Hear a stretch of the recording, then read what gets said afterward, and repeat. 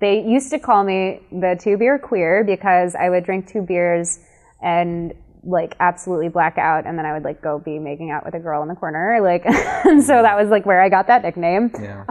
Unbeknownst to everybody, the reason why I was blacking out after 2 beers was because I was also stealing like medication from my parents. But like, you know, it was never like really that big of a challenge.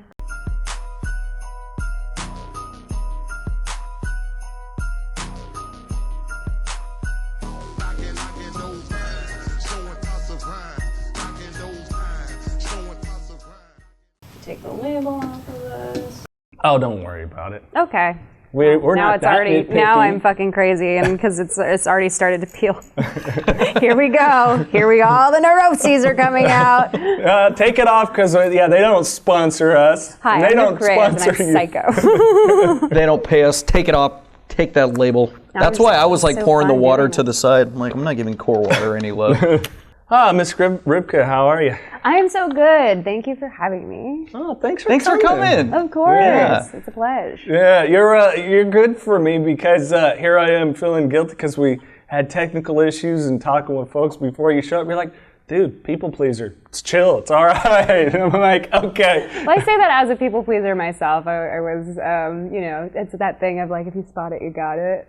How many times did we apologize before we started, Rivkah? At least like 72, like approximately between 72 sorry. and like 94. Yeah, right. Gosh. Oh, man. So we're going to go all over the place with just stuff because you're just a blast. But we were talking a little bit beforehand because like I had friends try to kind of talk with me, but like I'm a pronoun idiot. Like I'm trying to understand. Like I don't do it like I'm not ignorant in being a dick. I'm ignorant and I just don't understand, and I don't even get English. Yeah. But for you, what is it like? What is it personally like you with? Yeah. You know? Well, I'm Rivkah Reyes. I use they and she pronouns interchangeably. Like, you know how like people call boats and cars like a she? Sure. Like, oh yeah, she's a Honda 69. Don't know why it was 69. But I had to say it. That is like how I feel like the she applies to me. Like I'm like a cool, like sexy boat or a car. And then they, I feel like just is like a combination of me and like this carnation, and then also all my past lives. Woo! Like, but then everybody else, like who is non-binary, which is, you know, they're again, it's like I am just one person. This is just my experience. There are people who are non-binary who are like, I don't identify as a male or a female. I don't identify as a man or a woman. I'm kind of just like in between. I very much identify as a woman, but I also identify as kind of like a gender fluid, like gender magical sea urchin, or like a fairy or a witch. And you know, I don't think that it has to have a label necessarily, but then there are other days where I'm like, I've got like dude energy today, and that's sick. Sure. You know? Yeah. But the pronoun piece of it all is just like, it is personal preference. It's also mandatory for some people. Like some people are staunchly like, I use they, them, and they, them only. There are also neopronouns like em or fe, fem. I've met people who use pronouns that I've never even heard, and I'm like, what the fuck? Like, and of course, like the, you know, control freak in me is like, I'm gonna get it wrong, I'm gonna fuck it up, and then I'm gonna have to make amends, and like that sucks, and I'm gonna look bad. But ultimately, like the thing that I think a lot of people across the board, at least in my like circle of queer and like non-binary and trans folk friends, is just like if you mess up someone's pronouns, like instead of apologizing, just like let yourself be corrected and thank the person, because when we apologize for fucking up somebody's pronouns, it makes it about us when it's actually not. Right. Okay. And I think that's some of the thing that maybe that you know, like me, I don't have any friends or loved ones that you know, that is, you know, hey, this is how I'm addressed. So like in not understanding, and then it's the kind of, for me, I am one of those people pleaser, as we were joking about before we started rolling, that it's like, I just don't want to fuck it up, because I think a lot of people have the perception that it's like, wait, I fuck it up, I gotta own it, it's on my end. So you're saying, no, it's kind of like, No, they get it. They're more understanding than what's presented. And I think, something that helped me early on, because before I made the switch, and I was starting to meet a lot of people that use they, them pronouns, singular they pronouns. I was just like, okay, like I'm gonna have to practice that, and it's just practice. It's like the same thing as learning a new song on the guitar. It's gonna feel like clunky and weird for a couple of tries, but then when you just remind yourself, oh, Phoenix drives a car that they just got, from their mom, and just putting those pronouns in the sentence and replacing the binary pronouns of like he or she with the singular they, and just running it kind of like you're running lines or memorizing a speech, and just practicing it. And when I get corrected, which is often, because I am not perfect. That's why I'm always like, this is just my experience. Nothing I say is, valid or good. Because that's where I go, is like the deep, like self-hatred and self-deprecation. But like, just reminding myself that I am gonna fuck up, like is, and it gives me that like kind of peace and ease mindset of like, okay, like I'm not gonna be perfect all the time. I'm gonna slip up. Like, Demi Lovato recently came out as non-binary, and they go by they them pronouns now, and I fuck it up all the time just because I grew up with them on my TV using different pronouns and living in a different identity. Sure. And I just go back and correct myself rather than being like, I'm a piece of shit. Yeah. Right. Why do you default to that default? You're so fucking cool. I know, right? Yeah. It's crazy. Yeah, like what? I think it's just because people who were socialized as women, like, just, especially, I'm Asian, I'm half Filipino, and like, we are, seen by the white male gaze as like, these like, submissive and like domestic, very like, just like staying out of trouble and like, apologizing for existing, and I guess I kind of just internalized that and took it to an extreme. And I catch myself doing it, and then sometimes I'll be in the middle of like talking shit about myself, like when I've finished like a project and being like, I hope that was okay. And I'll be like, no, I did a great fucking job. I'm actually amazing. Yeah. Do you have to like work on that daily? Like it's been a weird, Yeah, I work on it. I like say nice things to myself. Like I'm starting to finally get comfortable. Like, nah, you're a good dude. I don't sit there and I'm not yet like you and Brad Pitt are on the same hand. It's not that kind. But like, you did say that you get compared a lot to Ben Affleck when I walked in. Well, he you meant said I Jay look. Baruchel. That's who he meant. I do not look like Jay Baruchel. Am I not? They had a baby. Right? I'm not saying Can I it to be get a Paul dick. Rudd? You do look like No, I mean Paul Rudd too, even. No, I'm serious. It's like Paul Rudd. I can see that. I can see that. Let's not forget Jay Baruchel. Ben Affleck, yes, but Jay Baruchel. Jay Baruchel is cute. I love Jay Baruchel. All right, thanks for giving it a little validity there. Voice that looks soft. You big softy. Yeah. Whereas out of the two of us, I'm much more the quote unquote rugged guy. But I was gonna say that. Who said that? Well, out of the two of us, which one of us would actually go and like hunt or anything? I'm saying I do more dudely. That's shit, not because like, I'm not quote, able to unquote, do it. dude. It's because a sympathy for animals. But I would hunt the shit out of you if we were in a hunting contest. So afraid, so afraid. Is it like you're hunting each other and it's like a manhunt situation? Or Either or. Oh, okay. I would win both. That would be a totally different kind of scenario. Hey, we're on a... If we were hunting each other, if we were hunting animals, which is something I would never do, that's why I'm a vegetarian, I would win. I would win. I absolutely would win. So glad you know that. There's That's like the true like there's not a doubt in my mind. ship, like Everybody that knows this is laughing. Hunting match. Is it a match? You would have to be out in the woods and get dirty. And If it were a competition, then I would be able to get dirty. Yeah. If I knew there were competition. Pretty, like oh, we're just busting Wait, hang each on, other to Rivkah, give- hang on a second. Let's talk about this. I'm just kidding. All right, back to go ahead, Jason. Take it away. Yeah, of course. Back to it. Thank you for the compliments. I appreciate it very much. I value your Thanks for opinion. saying I'm more rugged. yeah. But- we were talking about like working on that negative stuff. Yeah, Which so... is another addiction in itself. I think that because of the way I was brought up, because of the way that media, visualizes women have to be. And I'm very tall, like for a girl. I'm like 5'9". But You are tall. When I met you, I was like, wow, I wear didn't. big shoes too, so I'm like I tend to tower over people of all genders, which is tight. But like I internalized the shame of being like the tallest girl in my class and kind of started to shrink myself. And then like when I physically shrink myself, I also, something spiritually and emotionally happens too, where I'm like emotionally shrinking myself and then spiritually shrinking myself. So now like I do this practice where I like stand as tall as I can in the mirror. Sometimes I'll like put my arms up. I don't know if y'all watch Ted Lasso, but Hell yeah, Rebecca, that's my like favorite show. Yeah, the boss Ted lady. Lasso. She's like got that like power pose where she does like a big lion face, and then Nathan has his thing where he spits in the mirror, like that. Like whatever that thing is for you, it actually really, really helps. Like doing whatever your power pose is, like whether it is like standing up as tall as you can, or just like looking yourself. Sometimes I'll look in the mirror. Like the other day, I was like absolutely spirulina about something.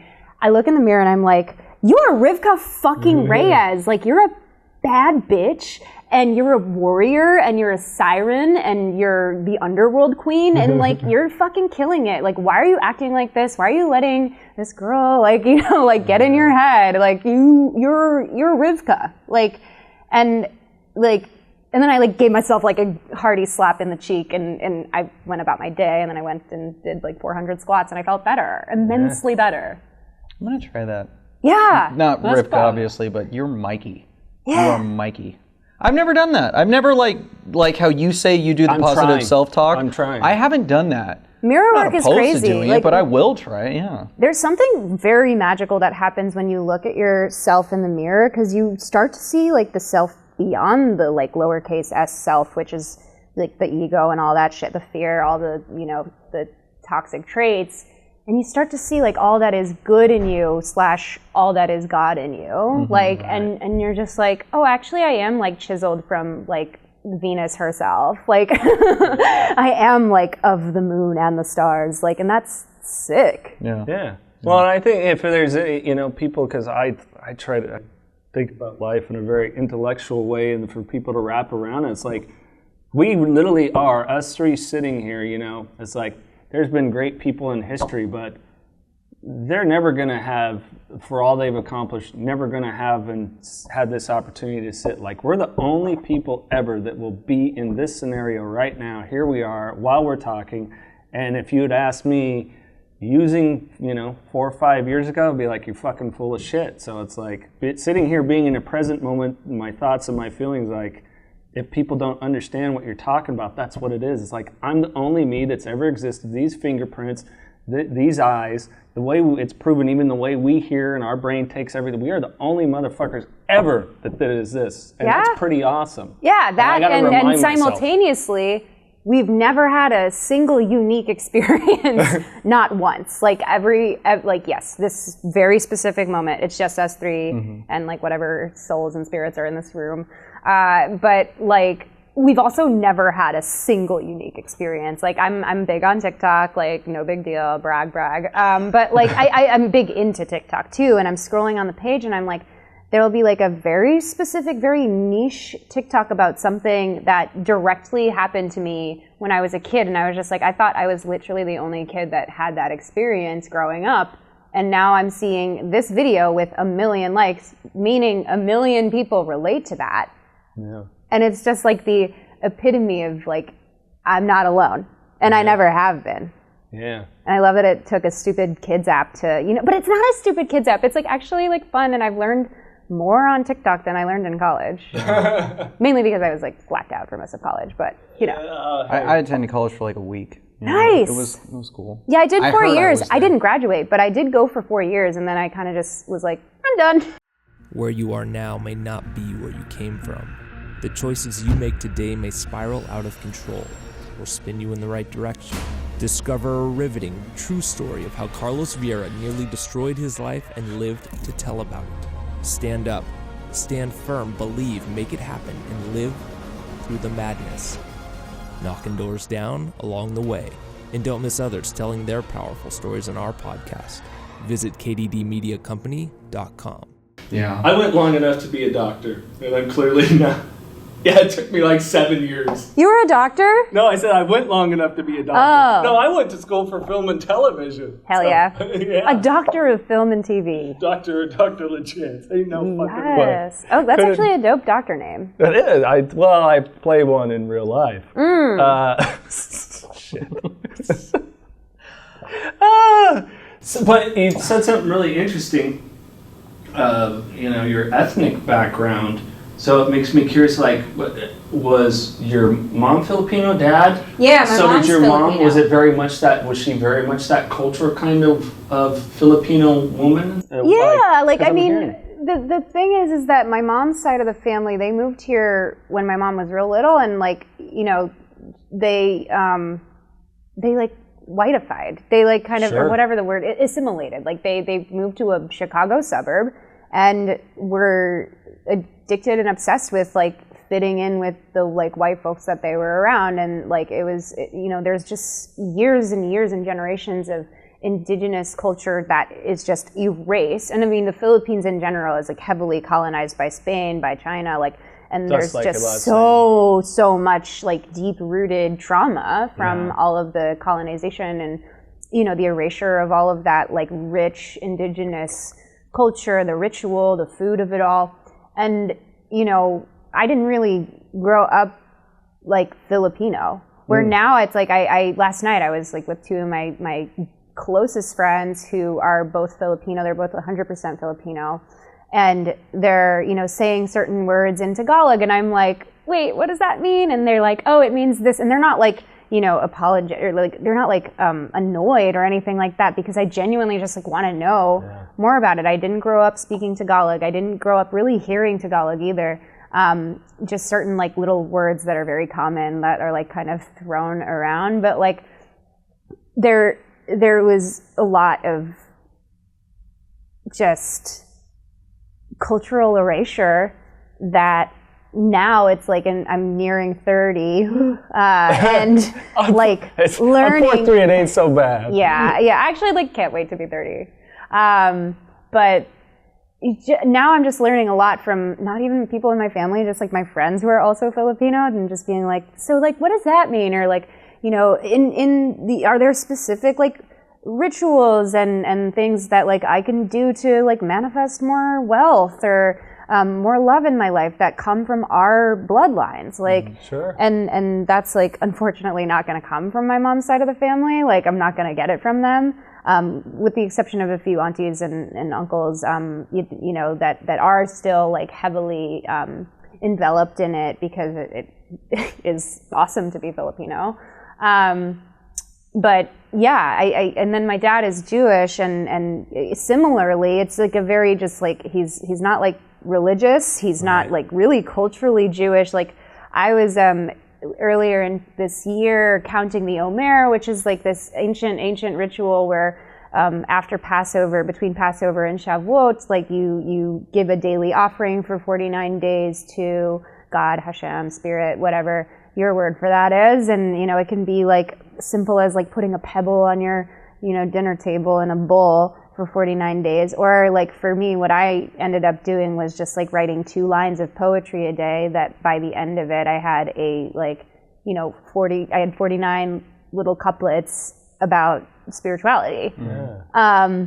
But my dad was just like, that's really fucking Jewish, Riv. I don't know what that is. I've never heard of that.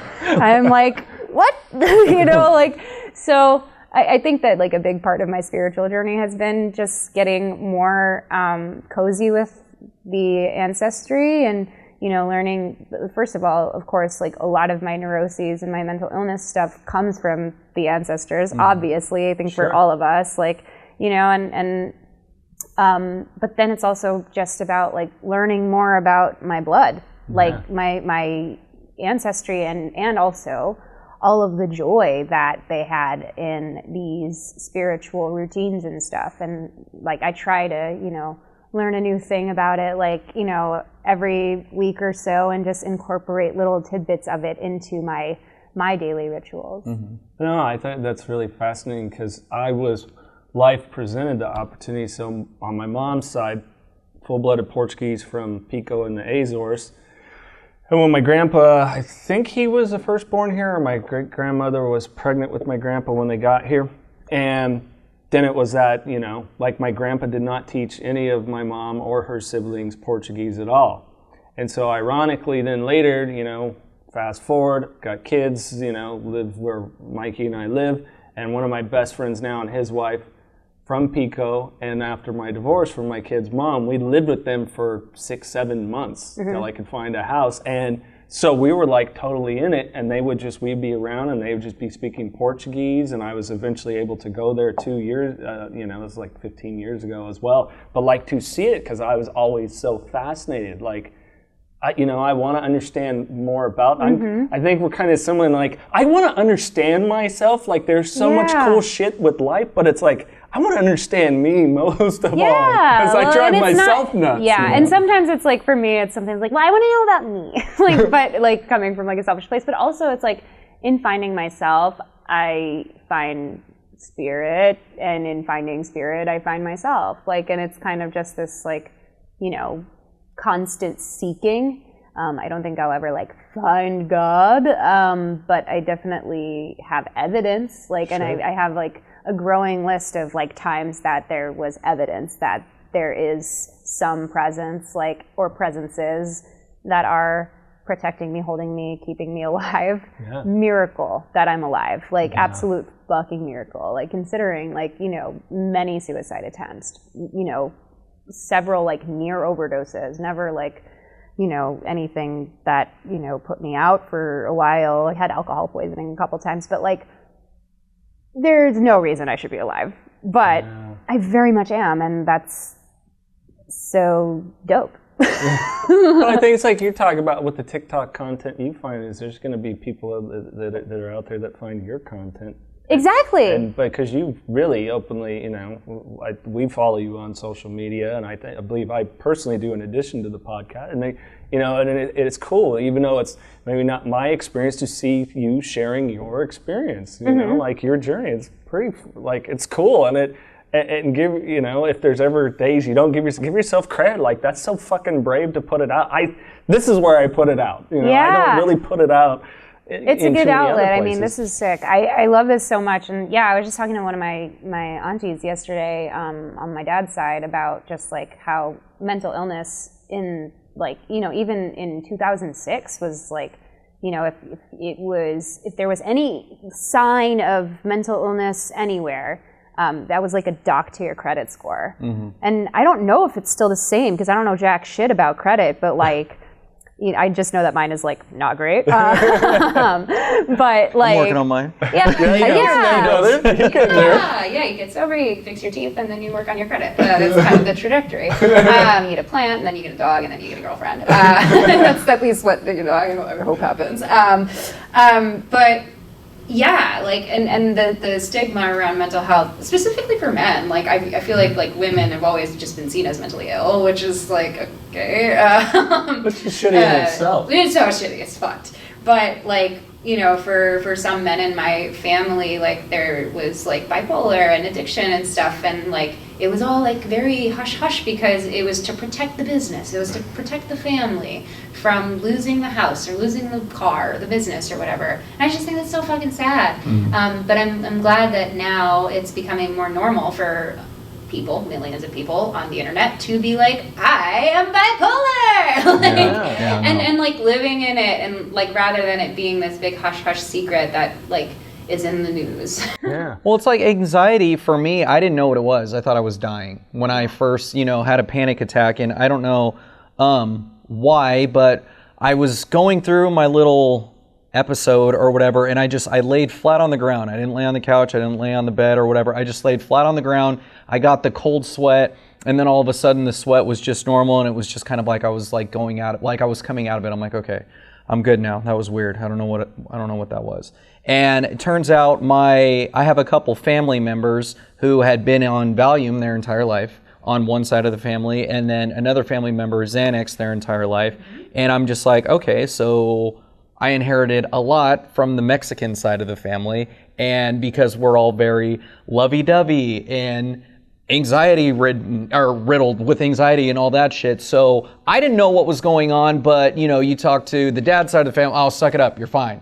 You know, but they say it with love. I was and am very loved by my parents, love them to death, wouldn't change it for the world. But he didn't get it. My mom got it. So she was like, honey, you have anxiety. And I'm like, what the hell is that? Like, well, how do I fix it? How do I make it go away? And it sucks because you can't. It's manageable. It's not or it's not curable.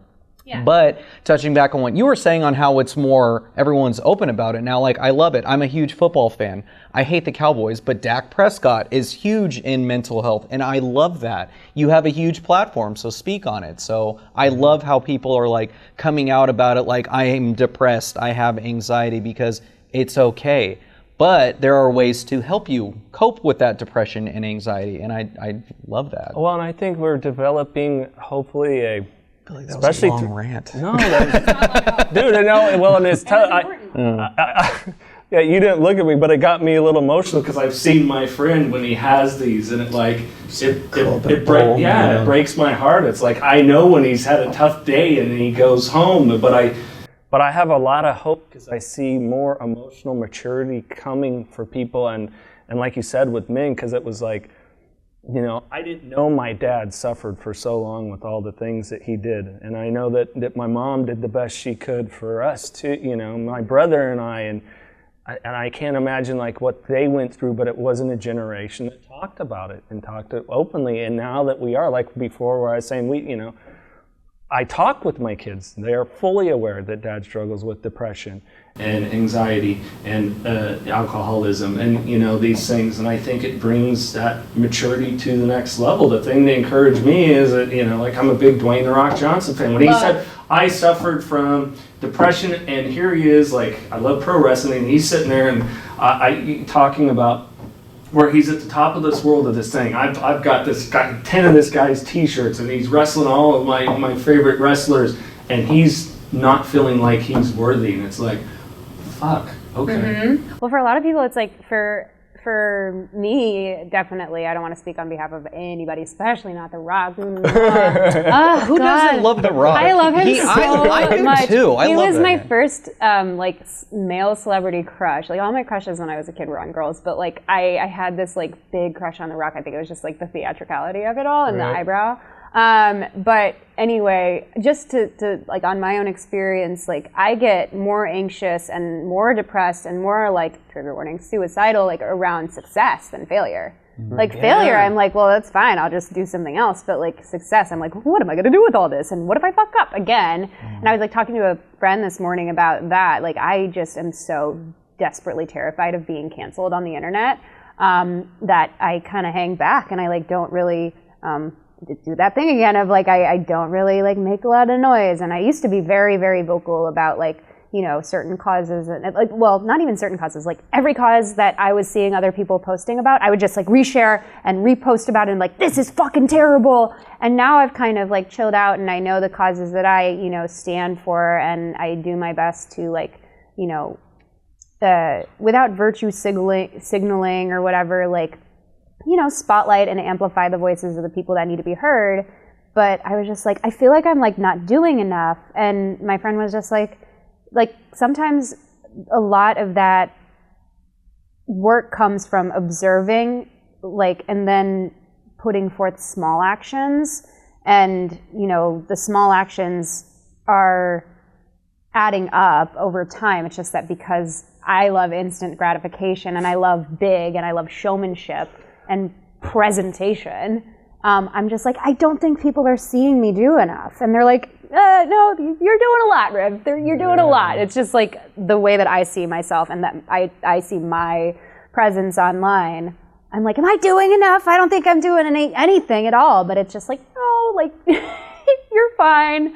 But that's just like all, it all just boils down to like, it doesn't fucking matter like what other people think of me. And if I can just reprogram and, continue to work on the things that I know need a little bit of like fine tuning and like WD-40, oh my God, like I can, I'm so gay, I just like referenced WD-40, what the fuck, okay, Home Depot, but like, just fine-tuning those little crevices, like in those micro areas of life that just need a little bit of like a tuning up, like, you know, that work does pay off. And also it doesn't fucking matter who sees it. It's like, as long as it's like making you feel good and not hurting anybody else. Yeah. Yeah, it's fun. Listening to you talk, it's funny. I was kind of referencing something with my kids last night, and I brought up Hamlet, and I'm like, okay, you know, not their words. I didn't say, Dad, what the fuck are you talking about? But I was like, oh, it's my favorite Shakespeare play, because really at the end you have the scholar and the soldier. That's what's left. And I took it, you know, and I'm sure other people too, and I know it's been discussed, but very much that. At the end of life, we got kind of, I see life and living it does have a very much of an art to it. There is an art to the rewarding side of it. I'm like you, I'm analytical of it. And then, you know, the soldier, as if, you know, at the end, what we've got is the things that we believe in and the things that we fight for, you know, and it was like, I think my kids is kind of a little whatever, Dad, you know, peace out. But it's kind of, you know. I never looked at Hamlet that way. Yeah, it's not. I always just think it's a play about an insane guy who sees a ghost. Right. Well, I always think it's the Lion King, honestly. Yeah, good point. I never thought the Lion King is very it's like a common knowledge thing that like the plot of Lion King is based on Hamlet. Yeah. So I'm seeing it. I don't know anything about it. It's Shakespeare, brother. Gotcha. Right on. As you were. but I too, I get kind of analytical with those things as well. I get very much, you know, I think you were in the room, we were joking with some other people, we were talking, like, it's like, no, I want this thing, it needs to have 100,000 downloads first day and everybody, it's got to change all, and it's like, okay, I know that this gentleman and I, we go into the tent with everything to bring value to people's lives, and I just have to remember that our hard work, you know, it's given my life value. I'm pretty sure it's given Mikey's life a lot of value. Plus, you have kids too, so you're kind of like setting an example for another generation, which my generation is like intensely codependent. We over apologize for everything. We like want to be there for all of our friends because we feel like we have to, and then we don't do any work on ourselves, and that's why there's like a kind of insurgence of, is that a word? An insurgence of like young-ish people, like mid-20s, you know, early 20s even. I'm seeing a lot of like newcomers that are like 22, and I'm like, how? Like, I don't even know.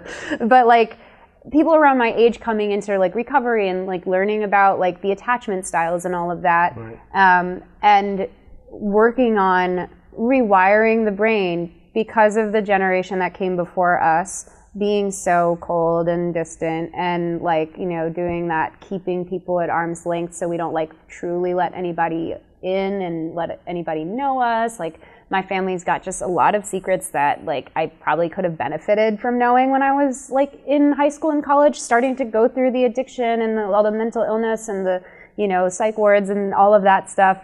But it can't change the past. I found out about it when I was like, you know, about to get sober, and like I'm like, oh, okay, that makes sense, like why our family is this way. But at the same time, like I harbored resentments for a long time against my parents for keeping, you know, the mental illness stuff kind of like a hush hush, like nobody talks about it thing, and it's like we can't talk about it because it like could get us in trouble and people would like look at us different.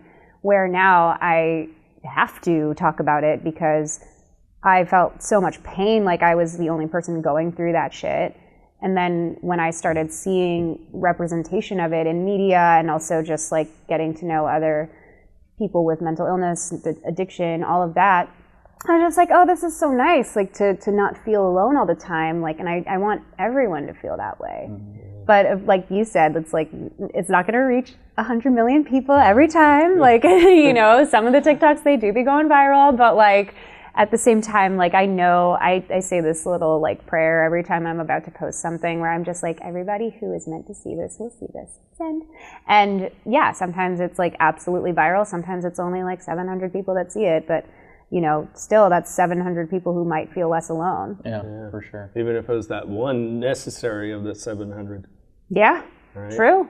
Amen. And it's kind of the cool part of, sometimes technology is such a hindrance, and like you were joking before that social media addiction, and I know our mutual friend Brianne Davis, who was on and talked to, you know, sex and love addiction, and she's just awesome. But you know, those different kind of little defects and defaults, but it's kind of again, that one potential for connectivity that we don't even know that we get, and we kind of forget that when we walk around in this world.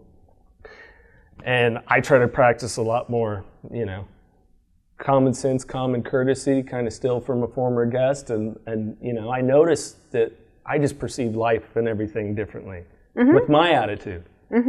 Yeah, everyone has a different view of life. I recently heard this metaphor that like my brain is like a piece of wood that got wet and like is never going to go back to normal, like, and that's fine. It's just like having to remind myself of that because I have this like well-oiled forgetter where I'm like, I forget that I'm not a normal thinker.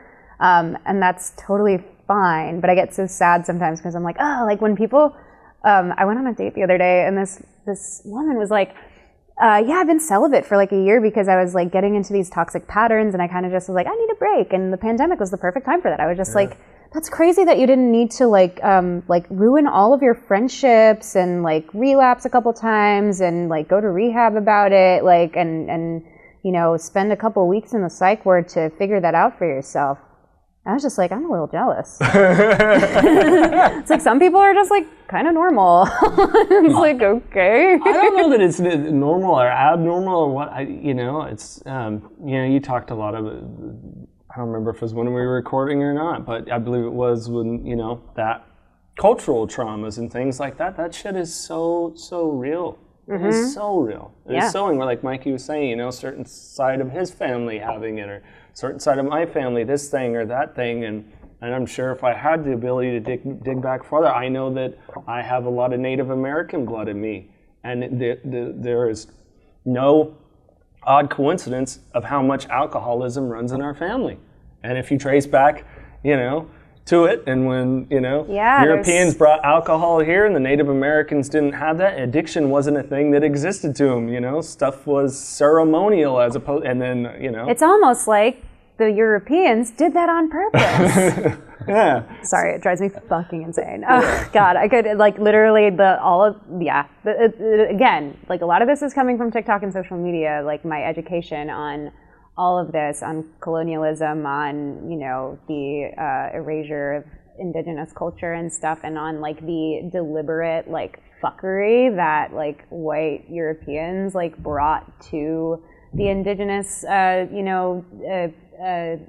America, like, and it's just, it's all just like, of course.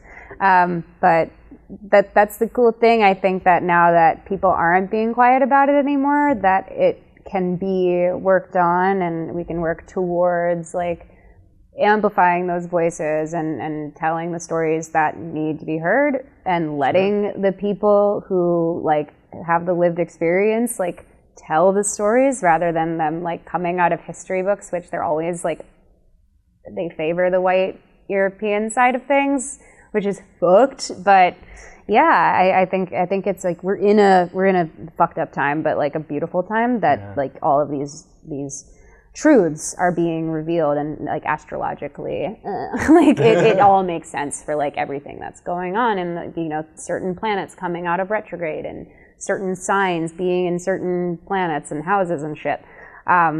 But yeah. So you dig the astrology? I'm very into it. What are you, a fucking Virgo? No, I'm a Leo. You're a Leo? When's your birthday? August 6th. I'm August 18th. I'm a Leo as well. What are you? I'm a Cancer. Oh, I'm just kidding. What the hell does that mean? You have to tell me, because I don't know anything about this stuff. I'm a bitch. No, Cancers are known as the crybabies of the zodiac, but I will say Aries are kind of like the bigger crybabies. It's just that they get swept to the side because they're so angry. But Cancer it's the crab, so you've got this like hard shell, the tattoos, you scumbag, like all that shit. Like it says but scumbag. Then it's, she was gonna call him scumbag. You've got the hard exterior, but the soft, squishy center that you're trying to protect from the world. What else? Is there more? there's a lot. I'm curious. There's a lot. He's the sweetest guy.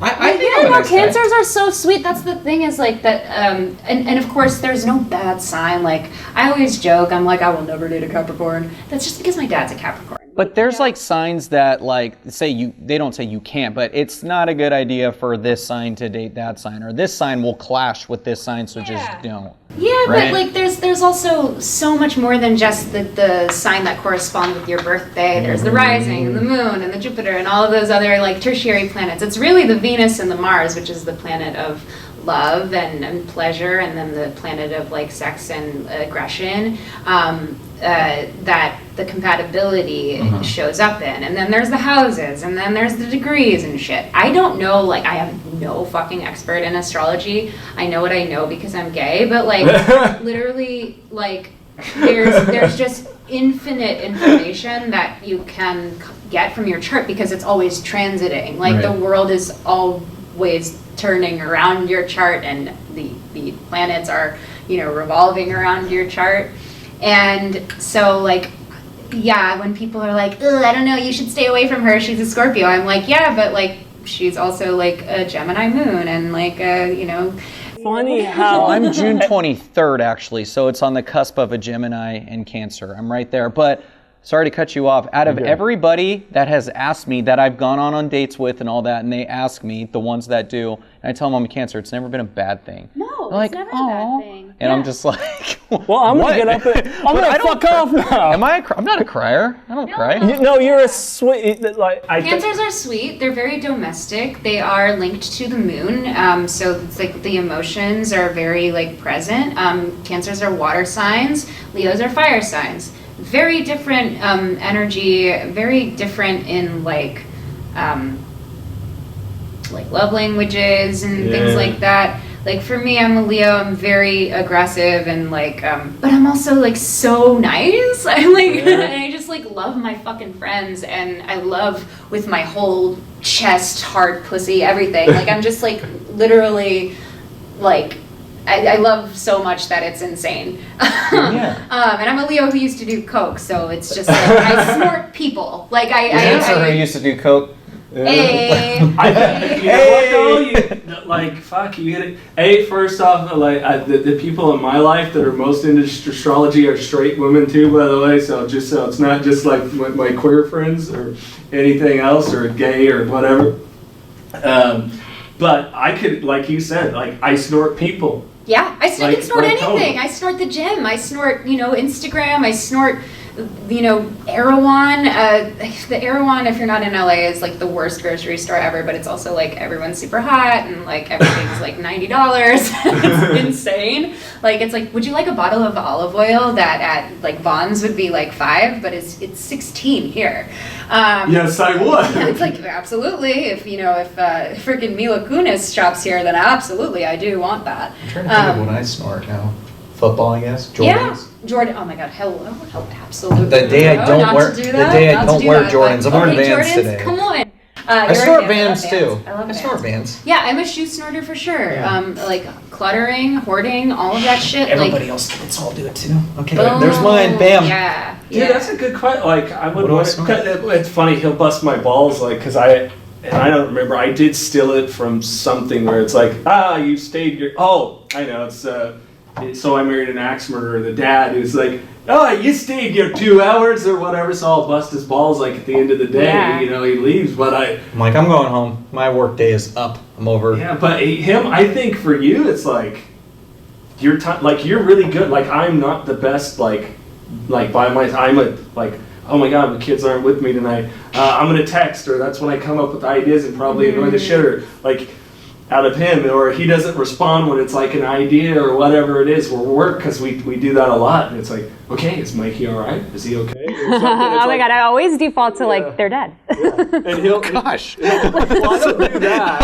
I was gonna say, do you do that? No, I do. Now I'm gonna make it a point. Like I gotta respond quick. Like No, if Jason no, goes, don't do that. That's just my neuroses. Don't give in to the anxiety of it. But no, he'll throw, hey man, I was taking a nap or something or whatever. I'm a napper. He's good Love at naps. Yeah. Very Cancer. Is it? I like it now. We talked about it. Everyone likes naps. That's the other thing. Is like with astrology, like you could literally just say, "Oh my God, that's so Cancer," where it's like a completely human thing. You just That's so very Leo Cancer. of you to say that's so Cancer. We say you're such a Leo because there's a coworker of ours where something happened. I don't remember what happened, but she was like, "What are you?" And Jason was like, "I'm a Leo." She goes, "Oh, Leos tend to make things about themselves." Blah, blah, That's blah. true. That's And very true. So I'll be like, "Dude, I don't know what happened. Like my finger hurts." Yeah, there was one time where I was a kid, my finger got hurt, and Mom was like, "You're such a Leo, bro." Yeah, but- okay. We're talking about my finger right now. But Yeah. and I'm working on that. But like I was explaining to him, when I do that, and tell me if you're not the same way. I do it because I do it as a effort of connectivity. That Yeah. you're not, like I just don't want him to feel alone about his Yes. finger You guys are injury. such- Yes, I can't. exactly. I don't do it because I need. You're just like, I need to be more important, or let's do. Yeah. It's like To some brother, people, you're it not could alone. come off that way. I know that's not your could. intention because I know where your heart's at. But I understand that. But I'm just like, but we're talking about my finger. This is how this whole and then you get thing kind of came like up. butthurt and sensitive No, about it. but yeah, because I'm a Cancer. But it's just like, so my finger's not as important as your fucking finger. He does have a healthy ego. My fingers It's are so, important to you me. guys' friendship is like goals. It's so cute. Aw, yay! I love that. Yeah. Fucker. So what? 5150 is power. The power to overcome. The power to persevere. The power to set your life on a course for success. When you're faced with the challenges life throws at you, you focus and do what is needed to go beyond what is required. So stand up, stand firm, believe, make it happen, and live through the madness, knocking doors down along the way. We are 5150. What was a struggle, if you're comfortable talking about, when you decided to come out? Because it sounds like you knew from a pretty early age. Oh, I knew. Referencing being attracted to women, celebrities or whatever. Yeah. I came out when I was like 16 as bi because I didn't know that I was not. Sure. But I mean, I guess technically I am still kind of bi because I'm attracted to masculinity and I'm attracted to femininity. So it's like, that's just like a loose term for like, you like more than one gender. Right. But I came out as bi when I was 6. I mean, I knew I was gay when I had sex with a girl for the first time, when I was like 15, 14. And like, I think I came out as bi just because gay had such like a, people were still saying, "Oh, that's so gay, dude." Like, and then that Hillary Duff commercial came out where she comes out of the like dressing room and she's like, "You shouldn't say that," and like saved the gays, changed the world, ended homophobia. As well as the DARE program did addiction, right? Right. But I came out as bisexual because it's like, first of all, like when you're 16 and anything with the word sex in it is kind of like, oh, like, so I was just like, I'm bisexual. And like, people were like, whoa, that's crazy. She's bisexual. George, she saw it because she likes dudes and chicks, man. Literally, and it's just like, of course, like there's a lot of like rampant fetishization of bi people, like from both men and women, and I used to get propositioned for threesomes a lot, like by straight couples, and I'm just like, ugh, no, thank you, I do not want that. But like, the coming out process hasn't been hard because I grew up in Chicago in a very gay neighborhood, like, and my dad, my parents are really, they're very liberal, they're very open-minded about some things. And gayness is one of the things that they're very open-minded about. My dad's like got several drag queen friends, and he parties in Boys Town, like, and I'm like, in my mind, I'm like, is my dad gay? No, I'm just kidding. But no, he's like always, been super loving and compassionate about that with me and my, siblings, because I've got 2 other siblings who are queer, so it's like, we're a very queer family. Lots of cousins that are queer too on my mom's side, but yeah, I really don't think I had, and this is a privilege, like I didn't have too much trouble coming out. Now it's just like every once in a while I'll get like a gross DM from a guy being like, "I want to see you fuck a girl," and I'm like, go away. Like I'll just like literally delete those things. And then I'll have ones that are homophobic every once in a while, like, ones that are like, "Oh, my childhood crush is a fucking dyke," and it's just like, yeah, and like. I didn't realize that my existence was for you to continue to have your childhood crush. Like, what the fuck? So anyway, like, but yeah, ultimately I didn't really have too much trouble with it. And, you know, I had another privilege is that I, you know, was pretty well liked in high school just because I was like usually the like fun, entertaining person who would like pass out like the party. And I was just like crazy party girl vibes and like the wacky like improv comedy, you know, musical theater kid. And I also was in like everyone's favorite movie, you know. So I that still plays in my household. I mean, I was hella bullied, but like at the same time, like I didn't. When I came out, it wasn't a shock, first of all, because they used to call me the 2-beer queer because I would drink 2 beers and like absolutely black out, and then I would like go be making out with a girl in the corner, like, and so that was like where I got that nickname. Unbeknownst to everybody, the reason why I was blacking out after 2 beers was because I was also stealing like medication from my parents. But like, you know, it was never like really that big of a challenge. But in the summer of 2020, I came out as non-binary. You know, and that's like, you know, on the it's under the umbrella of transness. I don't identify as trans, like, per se, but as a non-binary person, I do not live in a cis experience, even though people see me and they're like, oh, that's a lady.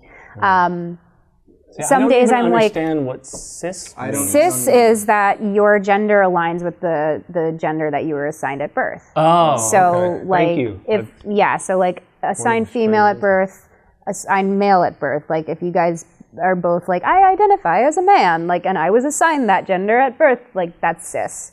For me, like the word female always grossed me out. I never liked it, and I do identify as a woman, but like female is like disgusting to me for I do not know what reason. Probably do some inventory about that. But like, yeah, I when I came out as non-binary, I did it on TikTok. It was very cute. I was crying, and I was scared because I was just like, I'm about to lose everything. Mm-hmm. But at the same time, I was just like, if I don't come out, I will lose everything. Mm-hmm. So I was kind of put in this position by myself, by my own anxiety, where I was just like, well, I gotta just do it. So like a lot of my friends know I'd been interchangeably using they and she for a while, and then last summer I was very staunchly like, I only use they, them pronouns. I demand that you use those for me.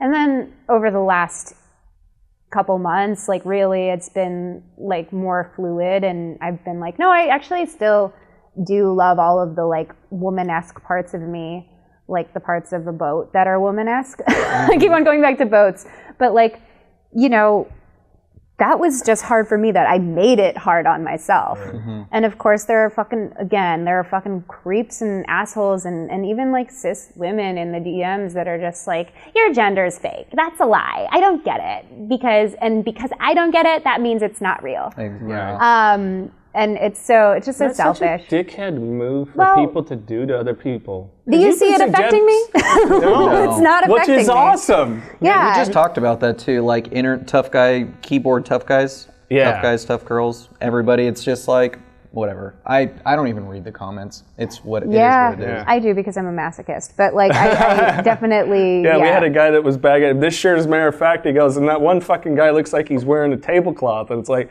yeah, I might be wearing a tablecloth, but I'm certainly sitting here talking to you with this dude right now. So it's like, what the fuck ever. One guy was like, nice mustache. I'm like, thanks. What did he call? He called it something. Yeah, I have no idea. It was something. It was like funny. Okay, I read them once, and I saw a couple of them, and I was just like, done. Yeah. Jason, deal with the comment. I'm not dealing with it. But how did you? Because I believe that. I don't remember if we had all exchanged messages, or you and Mike, because you were subjected to a lot of, and it's one of those really gross things that, you know, you were just a kid, here you are in the limelight, and now you're subjected to sexual advancements. If I remember, one of them was as gross as, boy, I can't wait till she turns 18. It's like, A, you sick pig, she wouldn't give you her time, and B, it's like, what the fuck is wrong with you? Yeah, so I was thrust into that like world of, you know, just being in the public eye. You know, I don't say before I was ready. because obviously it happened when it happened, and that was when it was supposed to happen. But when I wasn't ready for the shitstorm of like the comment section, which I was like, please don't read those to me. And my mom was just like, this one says this. And I'm like, We're talking about School of Rock people. Famously, I was in School of Rock. I played Katie, the bassist, very cool, like quiet, absolutely. You know, the only reason why I was so quiet in the movie, and everyone's like, you didn't have that many lines. Like, why were you were on screen a lot, but you didn't have that many lines. I was like, yeah, that's because I was terrified of saying things. And I was like just so terrified that I was going to mess up the movie that they kind of just built the character around that she was just kind of mysterious, which was like props to Mike White for like seeing that and being like, you know what, like this character doesn't need to say much because she's like the cool like bassist, and bassists generally don't say much. They're kind of just cool and they hang in the back. You play the cello, you turn it upside down. Cello. Turn it on you its- have a bass. Yeah, bass. Yeah. Sorry, you've heard that line. No, it's okay. It's so funny. Like, one of my newer, like a friend that I've recently made because we worked on a movie together. Like she said cello, and like we were hanging out, and she started over apologizing. So that's something she does. And she, I'm so sorry. Oh my god, you have no idea. Like it's like before we met, like that was my favorite movie. Blah blah blah blah. I'm like, you don't have to apologize. Like I got to be a part of the coolest thing in the world. You understand that because it's a favorite movie, of course it would, but you get that too. Yeah, so that's it used to. Oh, believe me, like before I got sober and started working on myself and loving myself and spending a lot of time in therapy and doing a lot of writing about it and whatever. Like it went from being like me resenting it and being afraid that I had peaked at 10 to now where it's like, I'm gonna ride that out for the rest of my life. If that ends up being the like most like important or like big thing that I ever do on IMDb, like, okay, fine. But like now I mostly work on projects with my friends, which I love. Mm-hmm. And then I get to do, I just did a Lifetime holiday movie that's coming out next month. Like, I play a lesbian in it, which is very cool and like not common for Lifetime Christmas movies. Like, and that's pretty iconic. And, I've got projects lined up for 2022, which is very cool to say. Like, not a lot of actors get to say that.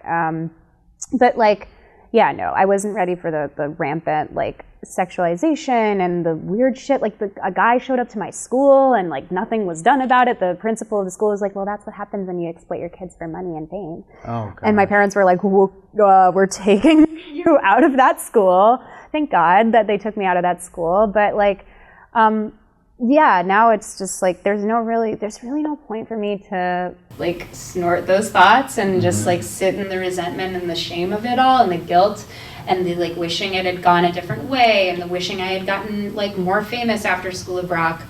I know that everything happened exactly when it was supposed to. I know the path is all written now. We're getting real Ram Dass here, like real Tosha Silver, but like, everything is already kind of laid out and all I have to do is just like take it like one step at a time, one day at a time. So cliche and cheesy, but like, I know that like the universe and the spirit of the universe are just kind of like laying things out like one breadcrumb at a time for me to follow, kind of like Hansel and Gretel.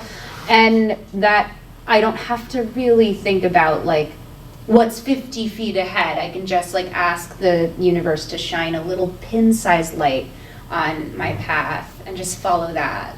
Yeah. Rather than obsessing about how it's going to go and how it's going to shape out. It's already planned. Yeah. That's why like I can like relax and like take it easy. Oh, I definitely had to learn to let go and not go into that control. Future tripping. Yeah. Really bad about that. I'm really bad about that. Or the I should have been here so far, Yeah, well, should is a lie. Yeah. Should doesn't matter, One of my best friends in recovery always says that. Like, anytime I say should, they'll be like, you're shoulding all over yourself again. Like, it's so funny. Like, I'm like, you're right. And shoulds and woulds and coulds, it's like, yeah, okay. Yeah, there is a reality in which you could do this, but you didn't do that. You did this other thing, and yeah, it sucks that you did that, or it sucks that happened to you. There's nothing you can do to change what already happened. Like, what are you going to do now? Yeah. The other night I was having like trigger warning, suicidal ideation. Yeah, my friend came over. I like, and whenever I have those moments, I have a friend that lives really close that I'll be like, come over, bring cigarettes, and we'll chain smoke on my little balcony. And like, he was just like, okay, so instead of killing yourself, which is what you want to do, what are you going to do instead? And I was like, I guess I'm going to call my Panta, like, do, and just give myself a baby tiny sized action to do that doesn't involve me hurting myself or somebody else. And just do that, and then do the next thing after that, because I tend to obsess about the future, things that haven't happened yet, and I also tend to stress about the past, things that already happened that I can't really go back and change. But the only thing that really matters is like what I do right now. Yeah. Just like you said earlier, we're the only people having this conversation right now. Yeah, that's suicidal ideation. I know that, boy, it's been a long time since we've talked with someone that does that, because I don't think to the extremes of other people, but I've definitely had it. And this gentleman we had on, Frank King, the mental health comedian calls himself, and he's an awesome guy, but he was very much the 3 scenario, it was like my tire's flat on my car. I can fix the tire, I can buy a new car, or I can kill myself. And those are the only 3 options in the world that exist. And I started realizing, I'm a 3-person option. I can go back to drinking, I can go to I can ask for help, or I can kill and that's, so it's like, that voice has started to silence itself. The 2 options is like to like ask for help, or to like die. Yeah. Go to the end, blot out the consciousness, go to the gates of insanity or death, die. Yeah. Or just be like, help. Whether it's like asking like a person for help and being like, yo, Jason, help. Like, I don't know how to do life right now. Life got too lifey and I can't life right now. Or just like asking God. I keep on doing this for God, but it's like actually here. Like it's deep within me, where I ask that like kind of that higher self that's maybe like 10, 15 steps ahead of my diseased and sick, fucked up intentions and expectations. Just be like, okay, what would higher self do? What would future Riv do? Or what would, the elevated goddess version of me do? Rather than, snorting the thoughts or snorting actual drugs. Yeah. Well, I think we'd be remiss if we didn't ask for some of the favorite stories from set and the work that you've done. I mean, I know you're only 10, but come on, we all love we all love Jackie Blackie. It's such a cool thing, and I would think, and I love that you have that perspective, because it really is this cool thing. Who else did we talk to that had some? I think it was Gary Busey, right? You had brought up some of his movies that have kind of had a life that they live on, and Busey, for sure, and so you have this thing that it's cool. It's a stamp sure in time for you, but for others, it continues to be this. Yeah, and it's aged incredibly well. I've gotten to watch it a couple times since, over the last couple months, and it really does hold up. And that's surprising considering, like, 2003 movies, a lot of them have not aged super well. My 7 and 10-year-old nephew knew exactly who you were. Once I told them, they were just like, oh, no way, that's sick. Tell her we love the movie. I was like, I will let That's so sweet. Yeah. I love that. No, I mean, it was the most fun I've ever had. Like, all of the laughter in the scenes where the kids are all laughing is genuine. They didn't say, and now you guys laugh. Like, it literally just happened because Jack is so funny, and they gave him a lot of room for improv, and they let us know that. Like, early on, they were like, hey, just so you guys know, like, this line that's on the page, it might be a little different, like, and don't worry about it if he, like, goes off and, like, doesn't give you the exact thing. Your line's gonna stay the same. Just say your line, and we'll fix it in post. They could all fix it in post. Classic. And like, it ended up being so good, and like, you get to see all of these like genuine joy reactions from us and from everyone in it. And one of my favorite moments, this wasn't on set, but it was when we were in Toronto for the Toronto Film Festival, premiering the movie. It was like really our first time spending a lot of time with Sarah Silverman, because she wasn't really in any of the scenes with us, and she was just like messing with us, like, which we loved. And she like definitely like came up to 2 of the boys that were in the film, and she was just like, "Who's the prettiest girl in School of Rock?" Like, like looked at them, and they were like, "Oh, you, of course, Sarah." And she was just like, "Say leaps and bounds above the rest." oh yeah, leaps and bounds above the rest. And she's just like, thank you. And then she like looked over at me and Miranda Cosgrove, like 10-year-old, like us, and she was just like, and don't you forget it. And then she like walked out of the room, and I was just like, Sarah Silverman just like talked to me. It was crazy. Because I was such a fan of hers before, like stand-up wise, and I just always thought she was so fucking funny and exactly the kind of girl that I am, like that kind of, you know, not afraid to talk about diarrhea and like the Holocaust. Like we've got to throw away that's one of the things is that, you know, I'm starting to learn a lot more about love and loving another person, and most of all being loved. It's like, these are all human functions, every single one of us, you know. Everybody we're has... all, what was it, Dane Cook? We're all going to lie, we're all going to cry, and we're all going to shit our pants. Every once in a while, yeah. Yeah. Not anymore, not since I got sober, but yeah. You but can it's still keep in contact, right? We do, yeah, we have a group text. I've seen that, I saw that on your social media. I was like, that's awesome. I love that. That's so cool. Yeah, we're doing a little reunion in a couple weeks. I'm going to be out in New York, and like a majority of the kids from the movie live on the East Coast, so we're gonna have a little get together. You know, one of our cast members just died, so like we had a lot of you know, not healing, but like, you know, collective grief around that, and like we got to, you know, just meet up on Zoom. Oh, Kevin Clark, he played the drummer. Zach, Freddie, Freddie, sorry. Yeah, sorry Zach to break the news. No, I did read that. That's yeah, and we had like a Zoom, you know, after that happened, to just like talk and be with each other. For my podcast, I did like a memorial tribute to him, because it's fucking wild. Like 2 days before he was killed in a bike accident, that's how it happened. We were talking like about him coming on my podcast to do like our little like where are we now moment, and then it happened, and I was just like, well, fuck, that sucks. And like it's fucked up how out of nowhere it was, and I just never I never experienced grief that heavy in sobriety. It was really fucking hard. All of my spiritual routines went out the door. Haven't really come back ever since. I mean, that was in like late May, and I've had a really rough couple months like just dealing with that. But like luckily I have a lot of friends in recovery who check in on me, and I do really believe in that like check in on your strong friend thing, because like I do tend to put out there on the digital hologram that I'm like fucking strong ass Riv, and like, you know, fuck the haters, and I love myself.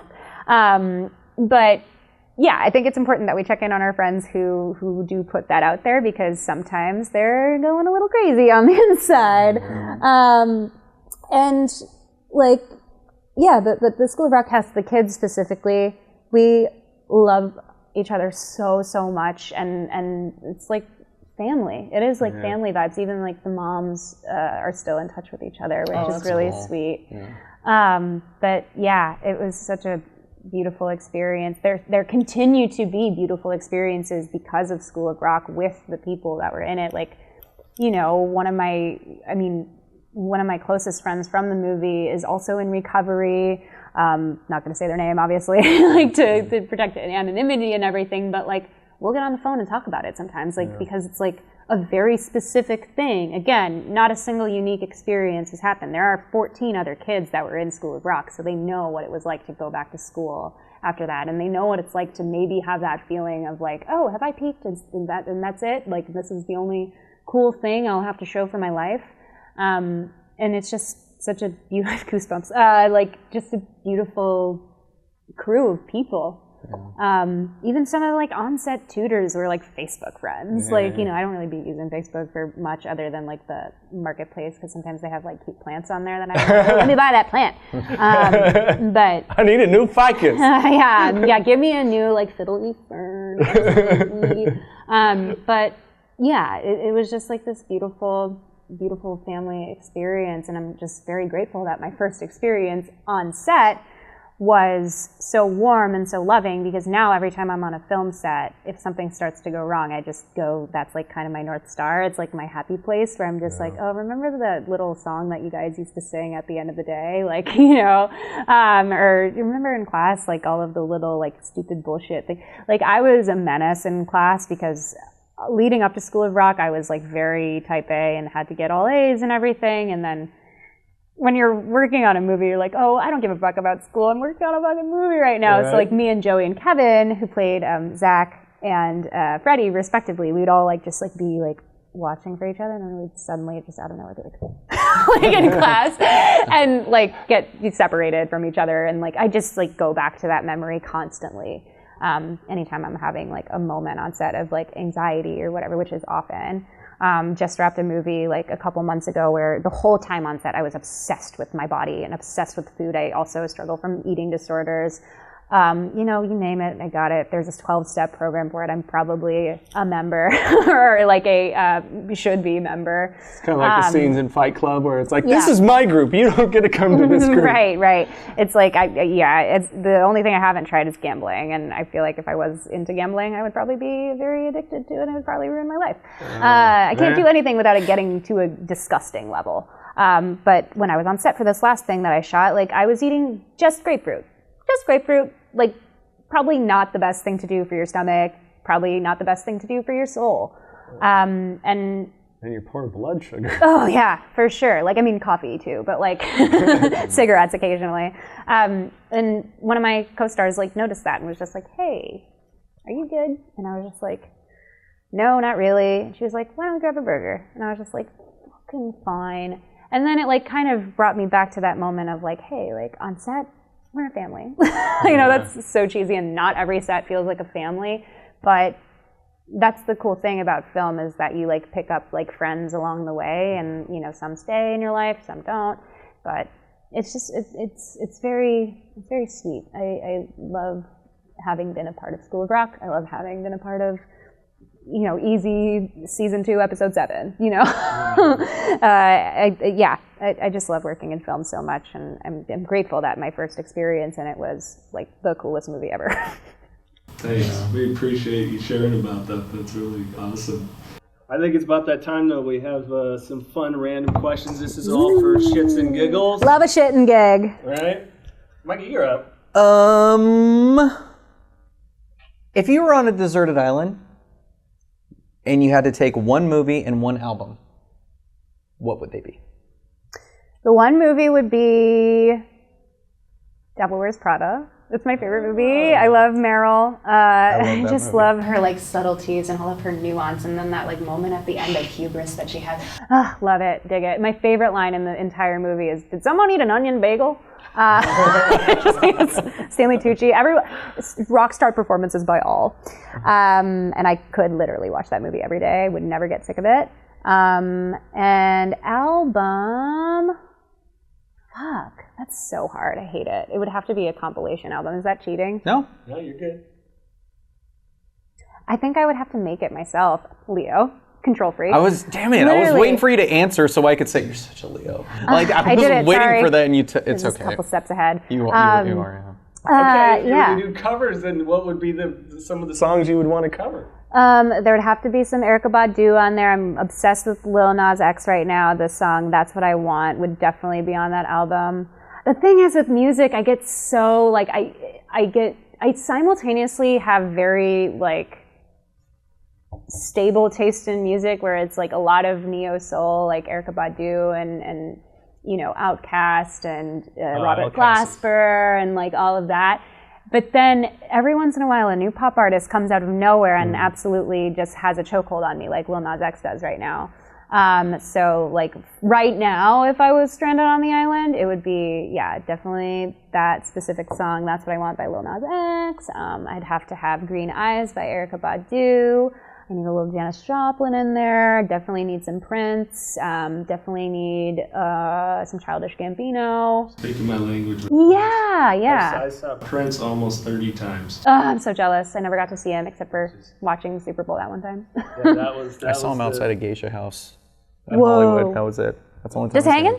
No, he was walking because all the celebrities would go through the kitchen and he'd go through the back to get into places. And I was out back smoking a cigarette, and there was just a swarm of security, and they were like pushing, like not me, but like just everyone back. So I kind of get back, and I see this little fella dressed in purple just walking by with just hands in his pockets and was walking like this. And I was like, who is that? They're like, "That's Prince." And I was just like, "Oh, right on." I didn't think anything of it because, you know, we saw him all the time. Not him, but just bigger names. So, and I never was really a Prince fan. Sorry. No. I know. When it comes to art, like we used to work with a dude that was also a big Prince fan, but he would bust his balls, and I'm like, dude, Mikey, like for me, my life led me to Prince music. You know, I was born in '78, so here I am seeing 1990. I think that's the first album I bought with my own money was 1999. If I remember, I'd have to ask Appetite for was, Destruction. Mine was Crazy Sexy Cool by TLC. Oh, Would also be on the album, I think, the compilation that I made. TLC was dope. Favorite curse word? That's a tie between bitch and fuck, because I love it to know bitch. Or like, ugh, I'm such a bitch. But then like, fuck is very, you can elongate it, you can just say it really fast, fuck. Or fuck! Like, it's It's got so much range. Right. Range, it's the Meryl Streep of curse words. That's good. That's good. I like that. I like We that a lot. gotta put that one out to the whole world. It's the Meryl Streep of curse words. If they were to make a movie about you, who would you cast to play you? I can't play myself. Yeah. No. You have to pick an actress. Olivia Rodrigo. Okay. Oh. She got that angst. She's half Filipino too. I think she'd do a pretty good job. And it would be like, I feel like it would be like a stretch for her. Yeah. It'd be a challenge. That's a good Why one. not? Give it to the girl. Give it to the. Give it to her. Give her now. a shot. God, I almost want to go the inside the actor's studio question here. Okay, come on, James Lipston. If God is real and when you reach the pearly gates, what do you hope He would say to you? Ooh. I can't do James. I can do probably the Will Ferrell That James. was pretty Lipton. good. If God is real, and I get to the pearly gates of, I assume, the underworld, God says, "Welcome back." That's cool. Yeah. I love your perspective, Wendell. You're cool as shit. I got a deeper beautiful question. person. Oh God. If you had to fight, which one would you choose? Would you rather fight a chicken? No. You fucking let me talk, you fucking Leo.